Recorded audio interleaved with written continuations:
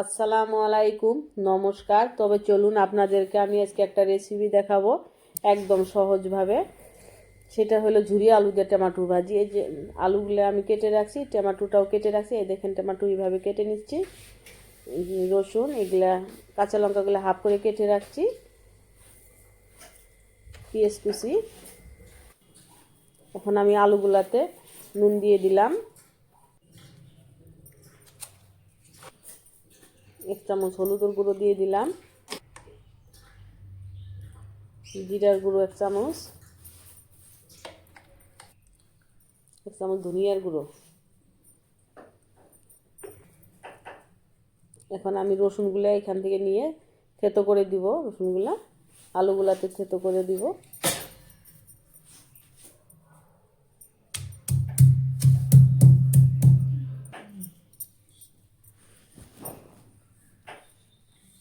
এই রসুনটা থেতো থেতো হয়ে গেছে, এখানে দিয়ে দিলাম আলুগুলাতে পেঁয়াজ কুচি থেকে আধা পেঁয়াজ কুচি এখানে দিয়ে দিলাম, কড়াইতে দিয়ে দিচ্ছি। এখানে সরষের তেল দিয়ে দিলাম, কাঁচা লঙ্কাগুলো দিয়ে দিলাম, পেঁয়াজ কুচি দিয়ে দিলাম একটু। এখানে এগুলো একটু নাড়ায় নিব। আলুগুলো দিয়ে দিলাম এখানে।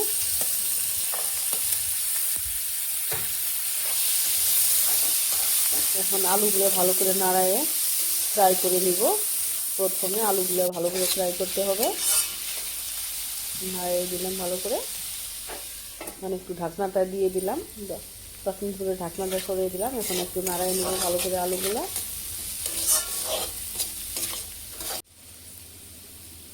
কালারের জন্য একটু শুকনো লঙ্কার গুঁড়ো দিয়ে দিলাম, এগুলো একটু নাড়িয়ে দিলাম। এখন আলুটা ফ্রাই হয়ে গেছে। এখানে এখন আলুটা ফ্রাই হয়ে গেছে, এখানে আমি ইগুলো দিয়ে দিলাম, টমেটোগুলো।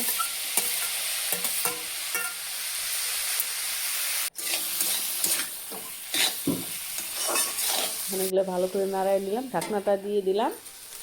10 মিনিট পরে ঢাকনাটা সরাই এগুলো নাড়িয়ে দিলাম। এই ভাজিটা আমার হয়ে গেছে, ঝুরি আলু দিয়ে টমেটো ভাজি। এই ছিল আমার আজকের রেসিপি।